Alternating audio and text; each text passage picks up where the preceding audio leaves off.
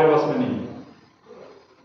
उसको तुम जब उल्टा लटका दोगे तो वो मरा नहीं रहता, उसके प्राण यहाँ पर रहते हैं। जब तुम उल्टा लटकाओगे तो सारा संचार, रक्त संचार कहाँ की तरफ होता है? ब्रेन की तरफ होता है।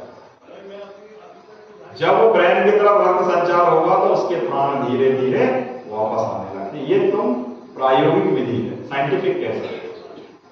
परंतु जो वास्तविकता है, जो सूर्य और चंद्र स्वर को साधना जो लोग जानते हैं, अब मैंने आपको बार बार बताया, या तो चंद्र चलेगा या सूर्य चलेगा, ये तुम में चलेगा। परंतु साधु में क्या होता है? दोनों चलते हैं। ध्यान रखिए, साधु की पहचान होती है कि जब दोनों सुर चले तो होगा क्या? हो तुम्हारे अंदर चलने लगेगा तो तुम्हारे साथ क्या होगा ये भी बताओ। तुम्हारे अंदर जब दोनों सुर चलने लगेंगे तो तुम्हारे अंदर पीछे जो नाड़ी है, कुंडली है, वो ऊपर की तरफ चलने लगेगी और उस समय जो तुम भगवान से मांगोगे वो तुमको तुरंत मिल जाएगा। ये भी बताओ, ये बड़ा गुप्त रहस्य। जब दोनों सुर एक साथ चलने लगे तो समझ लेना कि तुम्हारी नाड़ी में जो कुंडली है ऊपर की तरफ जाने लगी और उस समय तुम जो भगवान का ध्यान करोगे तो तुमको जो मांगना है वो मिलेगा। अब तुम्हारे दुखों का कारण भी बता देता हूं। हर 45 मिनट में तुम्हारे सुर चेंज होते हैं। बायां चलता है, फिर दायां चलता है, फिर दायां चलता है, फिर बायां चलता है। जैसे पृथ्वी है ना, उसके भी 2 सुर चलते हैं। दिन हुआ तो पृथ्वी का भाग गर्म हो गया, पिछला भाग ठंडा हो गया। फिर जब रात हुई तो अगला भाग ठंडा हो गया, पिछला भाग गर्म हो गया। यदि ये ठंडा गर्म ना हो तो पृथ्वी जल के राख हो जाएगी, या तो बर्फ हो जाएगी या आग से जल जाएगी। क्योंकि लगातार टेम्परेचर यदि एक जगह पर बना रहे तो आप मर जाओगे कि नहीं? ये प्राकृतिक भी है, ये साइंटिफिक बात भी आपको बता दी। इसलिए वो पृथ्वी भगवान ने घूमता हुआ ही बनाया है। यदि वो घूमेगा नहीं तो उसमें जितना पानी है वो अंतरिक्ष में उड़ जाएगा और तुम्हारी मृत्यु हो जाएगी। इसलिए ध्यान करना, भगवान की प्रक्रियाएं बिल्कुल शुद्ध होती है। तुम्हारे अंदर सूर्य और चंद्र सब चलते रहना चाहिए। अब मैं यहां बता देता हूं, भगवान शिव का जो स्वरूप कहा गया है वो अर्धनारीश्वर कहा गया है। तुम फोटो देख करके भगवान शिव के स्वरूप को कुछ लोग हंसी मजाक में उड़ा देते हैं, मूर्ख होते हैं। आधा हिस्सा शिव दिखाता है, आधा हिस्सा पार्वती दिखाता है। अरे मूर्खों, उसको समझो भी तो। जो दाहिना हिस्सा कहा गया है सूर्य अर्थात भगवान शिव, और जो तुम्हारी नाड़ी जो चलती है सूर्य नाड़ी, वो शिव का ही प्रतीक है। और जो बाई नाड़ी चलती है वो चंद्र अर्थात मां पार्वती का प्रतीक है। इसलिए वो अर्धनारीश्वर स्वरूप को दिखाया गया। अध्यात्म जब तुम्हारा उन्नत होते जाएगा तो तुम्हारी आंखें सीधी नहीं रहेंगी। मैं एक और गुप्त रहस्य बता देता हूं।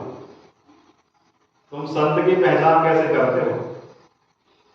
आंख से कैसे होती है उसकी थोड़ी सी पहचान बता रहा हूं, ज्यादा तो नहीं बताऊंगा क्योंकि तुम्हारा अनुभव जितना आएगा तुम जानते जाओ। जो आंखें आप गौर करते हो उसमें देखना, कभी कुछ लोग चिलम लगा लेते हैं, लगाते हैं। साधुओं को देखा होगा, चिलम अफीम भान पी लेते हैं, पीते हैं। उसके बाद उनकी आंखें देखना कैसी रहती है? चढ़ी हुई है। शराब पीने वाले की आंखें कैसी रहती हैं? चढ़ी हुई रहती है।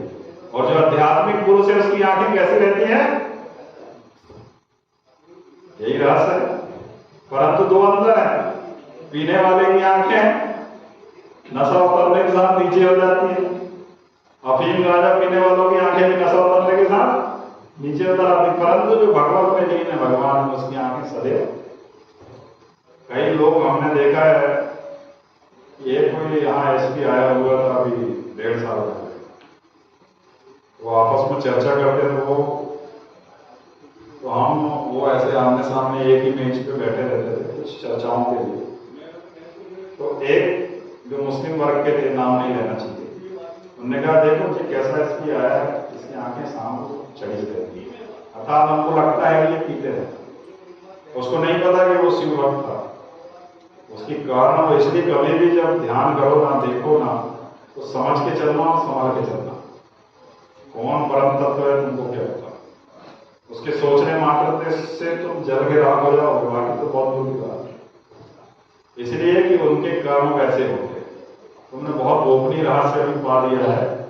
और मैं फिर एक बार कहूंगा, शिव का जो चल रहा है समय, ये जो सावन चल रहा है, शिव का ध्यान किया करो, परंतु राम को ज्यादा भजा करो, क्योंकि शिव है। इसका एक छोटा सा और रहस्य बता दूंगा अभी मैं। नमामि समीशान निर्माण रूपम विभु व्यापकम ब्रह्मदेवो स्वरूपम निजम निर्गुणम निर्विकल्पम निरीहम चिदाकाशमाकाश वासम भजेम निरंकार ओंकार मूलम तुरीयम विराजान बोधितमीशम गिरीशम करालम महाकाल कालम कृपालम गुणागार संसार पालम नतोहम तुषाराद्रि संकाश गौर गंभीरम मनाभूत कोटि प्रभासिं शरीरम स्मरन्नमौलि गिरीचारुगंगा लसत भाग भालेन्दु कंठे भुजंगा चलत कुंडलम रासुनेत्रम विशालम प्रसन्नम नीलकंठम दयालम मृगाधीश चंबारम मुंडमालम प्रियम शंकरम सर्वनाथम भजामि प्रचंडम प्रकष्टम प्रगल्भम परेशम खंडम वजम पान भोगी प्रकाशम त्रयशूल निर्मूल नवशूल पाणिं भजेयम भवानी पातिं भवाभ्यम कलातीत कल्याण कल्पांतकारी सदा सच्चिदानंद दाता पुरारी चिदानंद संदो मोहावहारी नयावत मानार पातार विंदम प्रसीद प्रसीद प्रभो मनमथारी भजन्ति लोके परेवा नराणम नतावत सुखम शांति संताप नाशम प्रसीद प्रभो सर्वभूतादिवासम न जानामि योगम जपम नेव पूजम नतोहम सदा सर्वदा समुदुभ्यम जरा जन्म दुखोघाताप्यमानम प्रभो पाहि आपार मीसा से संभो प्रसीद। अब इसको समझो, शमशान में रहने वाले जिसके पास कुछ नहीं, यहां तक कि वस्त्र भी नहीं। अब यदि तुम उनको भज रहे हो, तो मैं बार बार एक सिद्धांत को कहता हूं कि जो जस ध्यावे सो तस पावे। अब बहुत लोग आगे शिकायत करते हैं कि हम शिव को मानते हैं और कहते हैं हम गरीब हैं।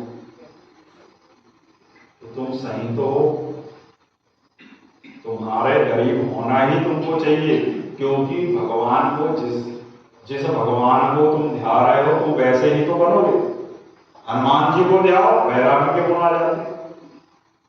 राम जी को ध्याओ, ऐश्वर्य भोग तो नहीं, ऐश्वर्य के गुण आ जाएंगे तुम्हारे। लक्ष्मी नारायण क्यों कहते हैं?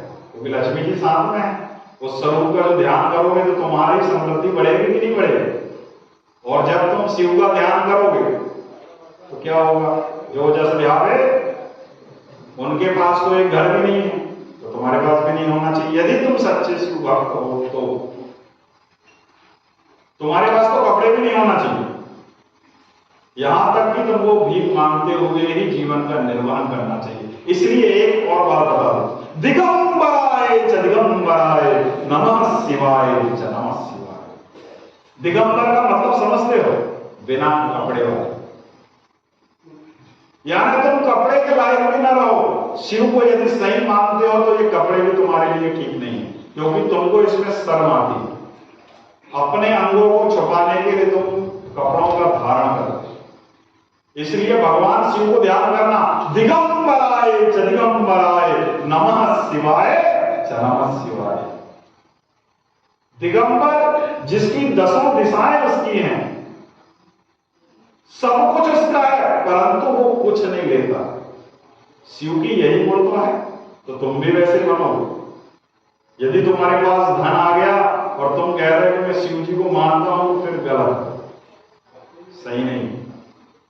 शिव को मानने वाले के पास सब त्यागने की प्रवृत्ति आ जाती है, यहां तक कि वस्त्र भी त्याग देते हैं।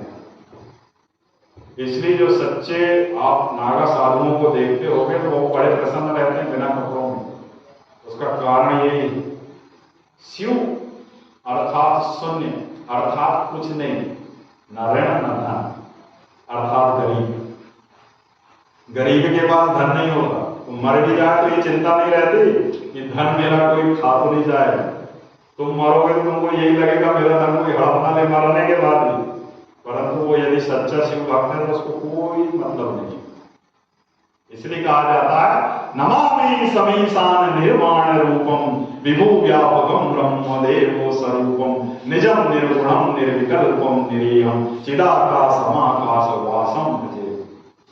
निरंकार ओंकार मूलम तुरीयम गिरा ज्ञान ज्योति तमीशम गिरीशम कालम महाकाल कालम कृपालम गुणागार संसार पारम नतोहम तुषाद्रिशंकाश गौर गंभीरम मनाभूत कोटि प्रभासी शरीरम इस पवन मोदी नीचार गंगा लसत बाल बालेन्दु कंठे भुजंगा चलत कुंडलम भासु नेत्रम विशालम प्रसन्नम नीलकंठम दया। ये शिव जो जस ध्याये सो तस पावे। जिसको ध्यान कर रहे हो पहले उसको समझ तो उसने धारण क्या किया जो तुमने त्याग दिया, अर्थात विष सर्व को धारण किया। जब सभी देवताओं ने विष को त्याग दिया तो धारण शिव ने उसको कंठ में किया, इसलिए उनका नाम नीलकंठ भी। इसलिए सतत उस गुणों का पालन करो। यदि संभव ना हो तो धर्म के रास्ते से हट जाओ। यदि सही रास्ते में चल रहे हो तो सही दिशा में तुमको चलना ही होगा।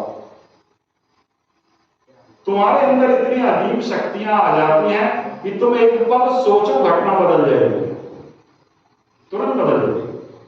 होना कुछ तो हो कुछ जाएगा, हंसी मजाक का विषय बन जाता है। हाँ, ये होता है और यही होता है। पर आपकी जो शक्तियां अंदर विराजित हैं, जो नाभि और जो हृदय, इसके बीच एक बहुत गहरा संबंध है। ये कभी विषय आएगा और आपका भाग्य रहेगा तो आप सुन पाओगे। अब वो कब आएगा ये तो आप नहीं जानते। थक गए हो, गिर भी ना जाओ। जय श्री राम। माया जिनके हृदय कपट दंभ नहीं माया, उनके हृदय बसत रहा है। इतना ध्यान रखना। छल किससे कर रहे हो? अपनों से, परायों से, वो तो सब देख रहा है।